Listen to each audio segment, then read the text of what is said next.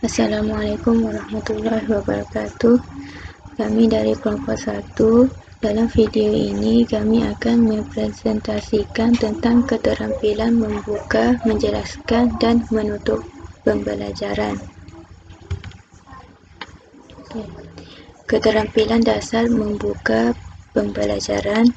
Nah, di sini keterampilan dalam membuka pembelajaran merupakan keterampilan mengajar yang harus diterapkan pendidikan pada awal pembelajaran dalam rangka mengkondisikan agar peserta didik secara mental siap untuk memasuki kegiatan pembelajaran yang akan berlangsung dan untuk menumbuhkan serta memusatkan perhatian peserta didik dalam pembahasan materi pembelajaran.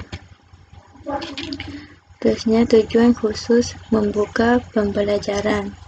Timbulnya perhatian dan motivasi siswa untuk menghadapi tugas-tugas pembelajaran yang akan dikerjakan. Terusnya, siswa mengetahui batas-batas tugas yang akan dikerjakan. Siswa mempunyai gambaran yang jelas tentang pendekatan-pendekatan yang mungkin diambil dalam mempelajari bagian-bagian dari mata pelajaran. Siswa mengetahui hubungan antara pengalaman yang telah dikuasai dengan hal baru yang akan dipelajari atau yang belum dikenali. Saya akan melanjutkan presentasi dari teman saya mengenai keterampilan dasar membuka pembelajaran yang harus dimiliki oleh seorang calon guru. Yang pertama adalah menarik perhatian siswa. Hal ini dibuktikan dengan variasi gaya mengajar yang dilakukan guru melalui suara, gerak dan mimik wajah, serta posisi dengan berpindah tempat, sehingga guru tidak harus berada di depan saja. Jadi, keterampilan yang pertama adalah menarik perhatian siswa, yakni dengan guru bisa mengatur body language-nya, bisa dengan mimik wajahnya atau dengan intonasi suaranya. Yang kedua adalah menimbulkan motivasi. Guru bersikap penuh semangat dalam memberikan pembelajaran kepada siswa agar siswa tersebut juga semangat dalam belajar di kelas.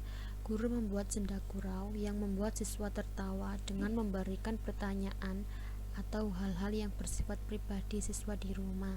Jadi guru itu bisa menimbulkan motivasi dengan cara guru mendekatkan diri kepada siswa dengan cara mengajak bersenda gurau terhadap siswa. Yang ketiga adalah membuat kaitan. Guru menghubungkan materi yang dipelajari hari ini dengan materi yang sudah dipelajari serta membandingkan pengetahuan baru dengan pengetahuan yang sudah diketahui siswa.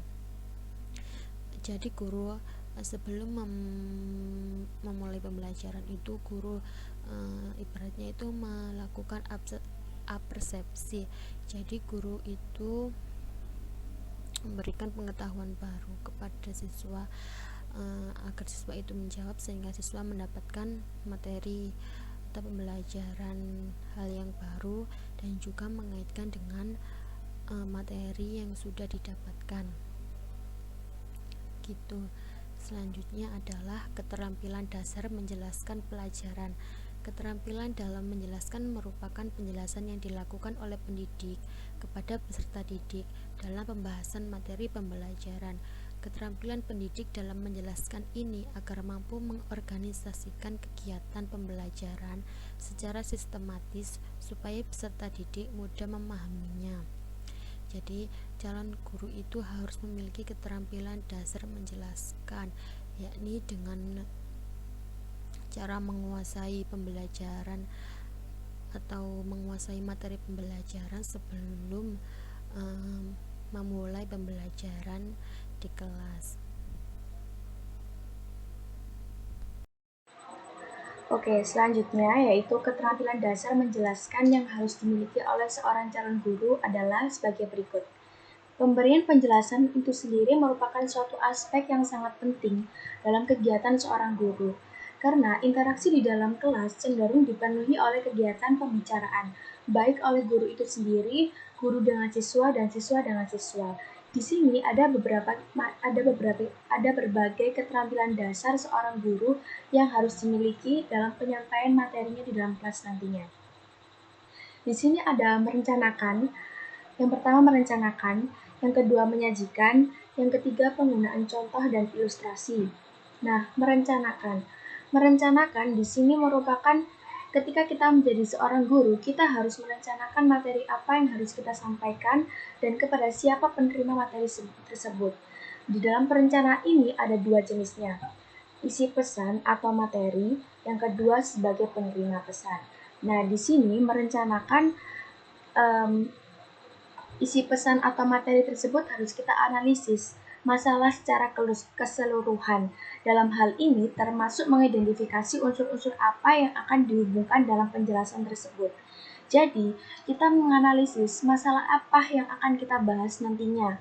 Jadi, kita sebagai seorang guru harus menyiapkan sebaik mungkin materi apa yang akan kita sampaikan dan harus kita analisis sebaik mungkin. Karena ketika nanti siswanya bertanya, seorang guru harus siap menjawab dan lebih tahu dari siswanya. Kemudian, penemuan jenis hubungan yang ada unsur-unsur yang dikaitkan tersebut. Jadi, ketika kita membahas materi tersebut, kita mengaitkan jenis hubungan tersebut dengan masalah-masalah yang ada. Jadi, supaya siswanya itu mempunyai gambaran-gambaran yang jelas. Jadi, tidak gurunya aja hanya berbicara seperti itu aja. Kemudian penggunaan hukum atau generalisasi yang sesuai dengan hubungan yang telah ditentukan.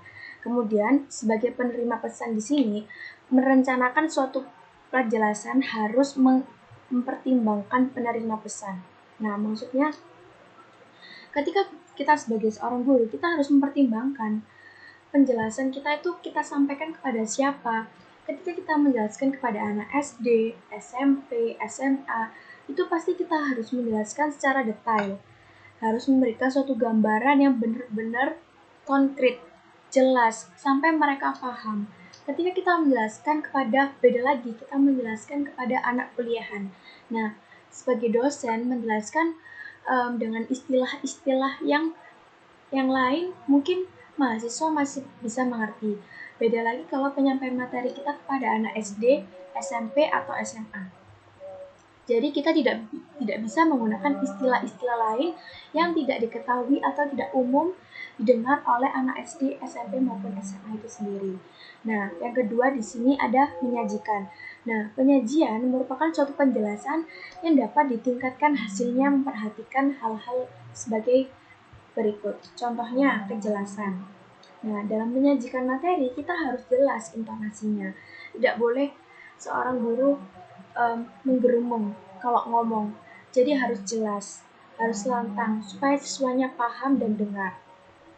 Nah, penjelasan itu hendaknya diberikan menggunakan bahasa yang mudah dimengerti juga pada siswanya, supaya pengucapan istilah-istilah lain tidak ditentarkan.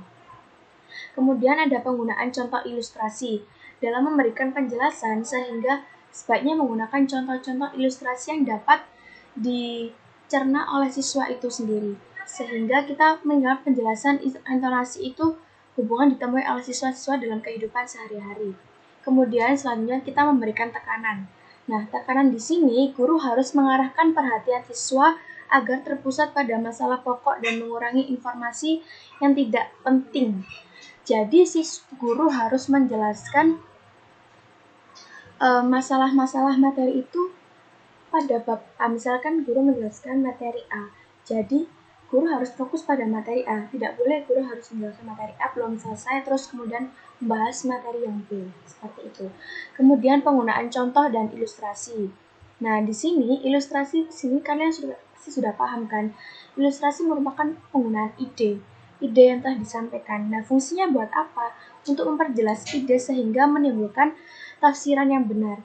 Nah, contohnya ketika kita menjelaskan materi, penggunaan contoh ilustrasi yang benar seperti apa? Ketika kita menjelaskan hambatan peran komputer dalam proses pembelajaran.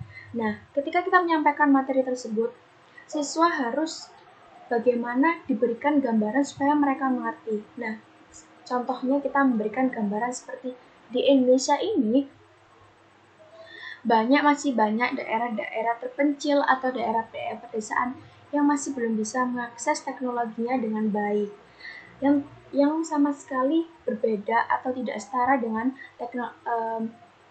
daerah-daerah perkotaan, sehingga itulah menimbulkan hambatan yang dimaksud dalam proses pembelajaran.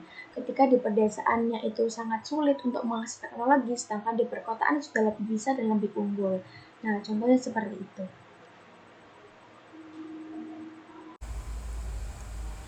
Selanjutnya yaitu keterampilan dasar menutup pembelajaran. Keterampilan menutup pembelajaran adalah kegiatan yang dilakukan guru untuk mengakhiri kegiatan inti pelajaran.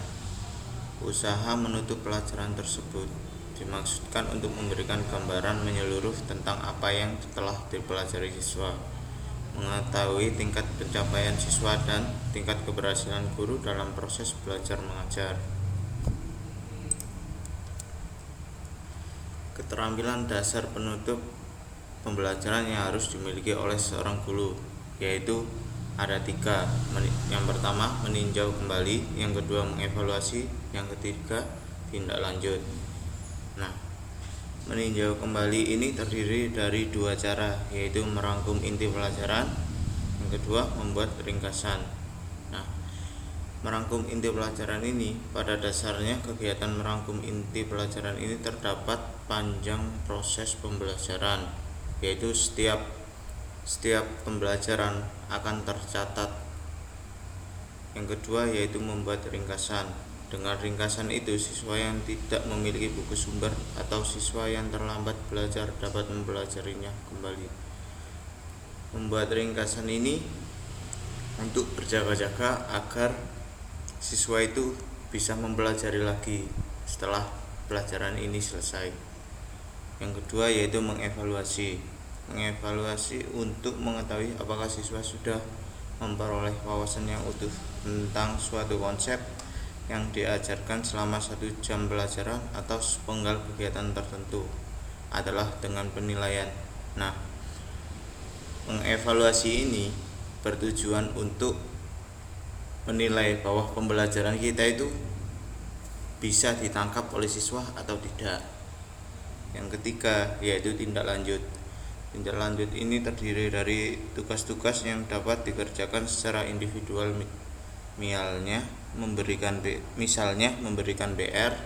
Yang kedua, remedial atau pengayaan. Yang ketiga, tugas kelompok untuk merancang atau memecahkan masalah berdasarkan teori yang baru diajarkan. Sekian presentasi dari kami. Wassalamualaikum warahmatullahi wabarakatuh.